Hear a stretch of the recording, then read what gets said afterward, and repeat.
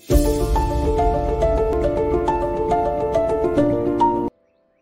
is the HCF of a square b power 4 plus 2a square b square and ab the whole power 7 minus 4a square b power 9? Okay, first இந்த term எழுதிக்குவோம். a square b power 4 plus 2a square b square. Another term ab the whole power 7 இருக்குல்லையா, அதை a power 7 b power 7. சரி, எதனால் எப்படி எழுதுறோம் அப்படின்னா, இங்கே இந்த டேர்ம் தனித்தனியாக இருக்குது, அதனால் அது நமக்கு ரொம்ப ஈஸியாக இருக்குன்றதுக்காக.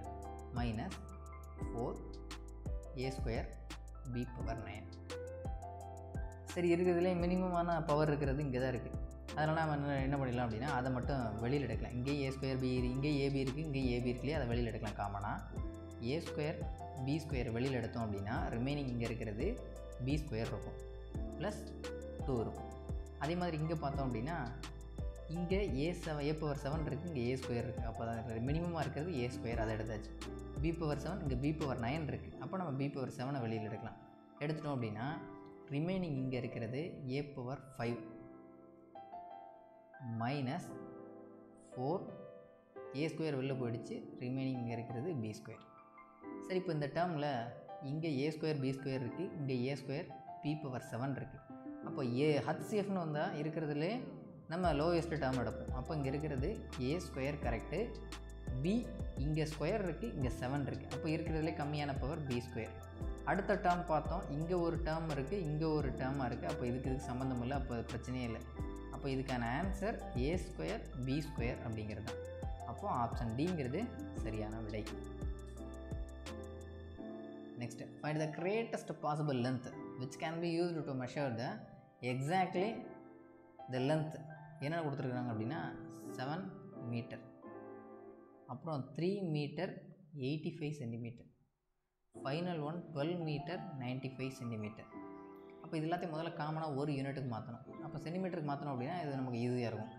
7 மீட்டர் அப்படிங்கிறது 700 சென்டிமீட்டர், 3 மீட்டர் 85 சென்டிமீட்டர் அப்படிங்கிறது 3 மீட்டர்னால் 300 சென்டிமீட்டர், அதோட 85 கூட்டணுன்னா 385.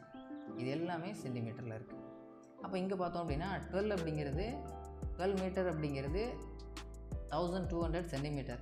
இப்போ 1295 சென்டிமீட்டர். இப்போ இது மூணுக்கும் கிரேட்டஸ்ட் தான் கேட்டிருக்காங்க. அப்போ HCF 700, 385, இங்கே 1295. சரி, இது எல்லாமே கண்டிப்பாக 5ஆல் டிவைட் ஆகும் இல்லையா? அப்போ நம்ம 5என்ற ஒரு ப்ரைம் நம்பரால் போட்டு பார்ப்போம். 5னா 1 5 is 5, ரிமைனிங் 2னா 4 5 are 20, இங்கே 0. 5னா 5 7s are 35, ரிமைனிங் 3 இருக்குது, 5 7s are 35. அடுத்து இங்கே 5ஆல் போட்டோம்னா 2 5s are 10, ரிமைனிங் 2 இருக்குது. அப்போ 29 அப்படிங்கிறது 5 5s are 25, ரிமைனிங் 4 இருக்குது, 45ன்றது 5 9s are 45. அடுத்து இதெல்லாம் பார்க்குறோம், 14ன்னு இருக்குது. 14 அடுத்த ப்ரைம் நம்பர் 5க்கு அப்புறம் வேணால் 7 போட்டோன்னா 7 2s are 14, அது ஒரு டிவைட் ஆகும். 7 7 7 × 11னா 77, அதுவும் டிவைட் ஆகும். அப்போ இதை மட்டும் செக் பண்ணி பார்க்கணும். 7 3s are 21, ரிமைனிங் 4 4 49. அப்போ 7ஆல் இதுவும் டிவைட் ஆகும். அப்போ இது அடுத்த டேர்ம் வந்து நமக்கு 7ஆல் ட்ரை பண்ணி பார்க்கலாம். 7 2s are 14, இங்கே 0 ஆகிடும். 7 11s are 77, இங்கே 7 3s are 21, ரிமைனிங் 4 49 அப்படிங்கிறது 7 7s are 49. இப்போ இந்த 20 11 37 இது மூணு வேறு எதாவது டிவைட் ஆகுமானா எதாலையும் டிவைட் ஆகாது. அப்போ நமக்கு 5 × 7 அப்படிங்கிறது தான் HCF. 5 × 7 அப்படிங்கிறது 35. அப்போ நமக்கு 35 சென்டிமீட்டர் அப்படிங்கிறது தான் ஆன்சர். அப்போது இதுக்கு ஆப்ஷன் சிங்கிறது சரியான விடை. Find the LCM of 4 power 5, 4 power -81, 4 power 12, 4 power 7. LCM அப்படின்னாலும் நம்ம என்ன பண்ணுவோம் அப்படின்னா கீழே இருக்கக்கூடிய நம்பர்ஸ் எல்லாம் சேமாக தான் இருக்குது. அப்போ இருக்கிறதுல எது ஹையஸ்ட் பவர் அப்படின்னு பார்க்குறோம். 5 இது 81 இருக்கான -81 இருக்குது. அப்போ இது கண்டிப்பாக வரப்போகிறதே கிடையாது. அப்புறம் 12 இருக்குது, இங்கே 7 இருக்குது. 5 12 7, அப்போ இருக்கிறதுலே பெரிய பவராக இருக்கிறது இங்கே 12 தான். அப்போது இதுக்கான ஆப்ஷன் பிங்கிறது தான் சரியான விடை. அவ்வளோதான், வேறு ஒன்றும் ரொம்ப ரிஸ்க்லாம் கிடையாது. அடுத்து, the ratio of boys and girls in school. உங்கள் பாய்ஸ் இங்கே கேர்ள்ஸ் 7:4 ரேஷியோவில் இருக்கிறாங்க. நம்பர் ஆஃப் பாய்ஸ் எவ்வளோ இருக்கிறாங்க அப்படின்னா 2800. அப்படின்னா number of students in a school டோட்டலாக இங்கே கேர்ள்ஸ் இருப்பாங்க எவ்வளோன்னு தெரியல, இது ரெண்டையும் கூட்டணும் அப்படின்னா அதுதான் நமக்கான டோட்டல். சரி, அந்த டோட்டல் எவ்வளோன்னு கேட்குறாங்க. இப்போ இங்கே 2800 இல்லையா? அப்போ இது எப்படி வந்தது அப்படின்னா இதை 400 மடங்கு, அதாவது 7x 4x. அப்போ 7 இன்ட்டு இந்த எக்ஸுங்கிற இடத்துல நம்ம எதை போடுறோம் அப்படின்னா 400. 7 இன்ட்டு 400 போட்டோன்னா 2800. அதே மாதிரி தான் இங்கே எந்த நம்பரால் நம்ம மல்டிப்ளை பண்ணியிருக்கோமோ அதே நம்பர் தான் இங்கேயும் பயன்படுத்தணும். ஏன்னா எப்போதுமே ரேஷியோவாக இருந்துச்சுன்னா ரெண்டு டேர்மையுமே ஒரே நம்பரால் மல்டிப்ளை பண்ணால் தான் அந்த ரேஷியோ அப்படியே மெயின்டைன் ஆகும். அப்போ 4 இன்ட்டு 400 அப்படிங்கிறது 1600. அப்போ 1600 ப்ளஸ் 2800 அப்படின்னு போட்டோம் அப்படின்னா 4400 அப்படிங்கிறது சரியான விடை. ஆப்ஷன் டிங்கிறது சரியான விடை. அடுத்து, a boy is now twice as old as his sister. 4 years ago he was thrice as old as her. What are their ages now? அதாவது ஒரு பையனோட தற்போதைய வயது அவனோட தங்கையின் வயதை போல் 2 மடங்காக இருக்குது.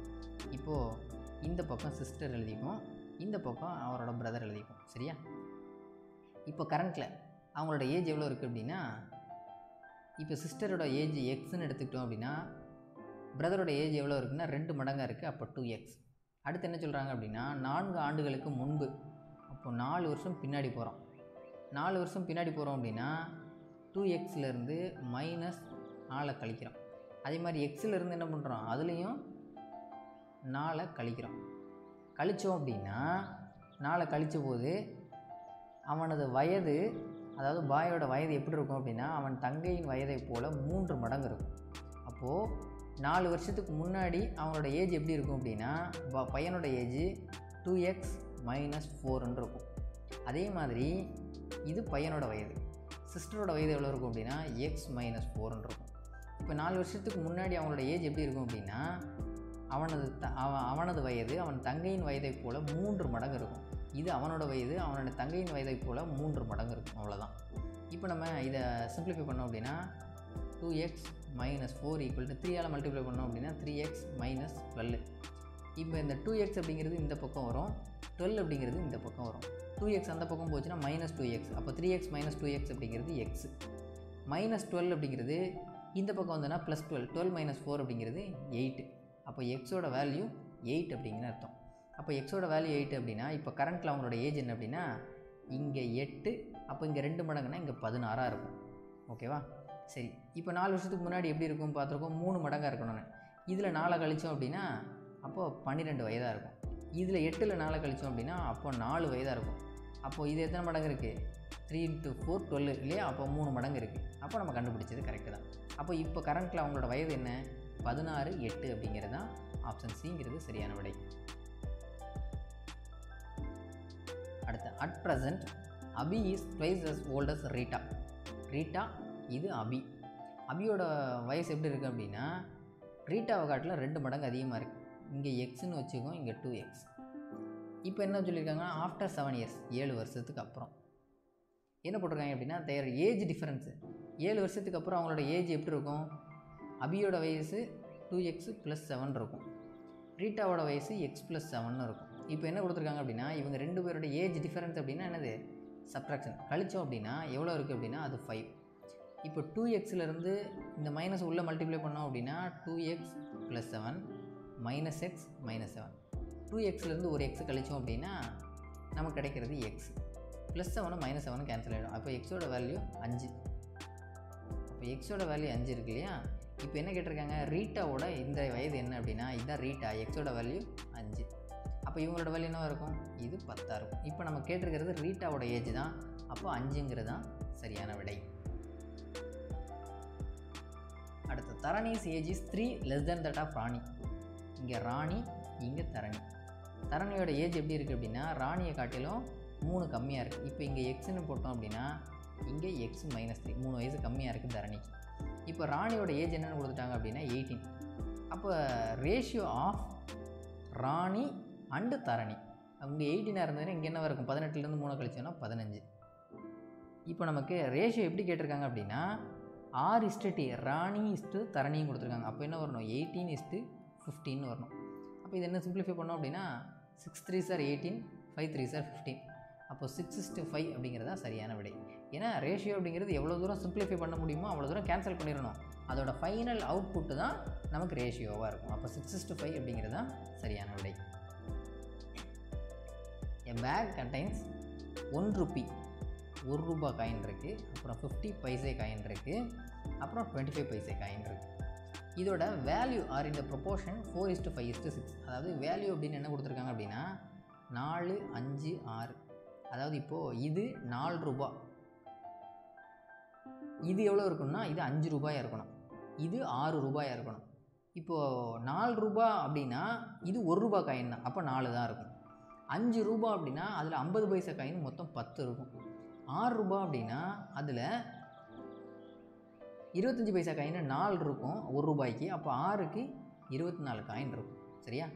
அப்போது இந்த 4, 5, 6ங்கிறது எதை டினோட் பண்ணுது அப்படின்னா அதோட வேல்யூ. இது 4 ரூபா, 5 ரூபா, 6 ரூபா, இப்படி தான் அதோட வேல்யூ இருக்கணும்.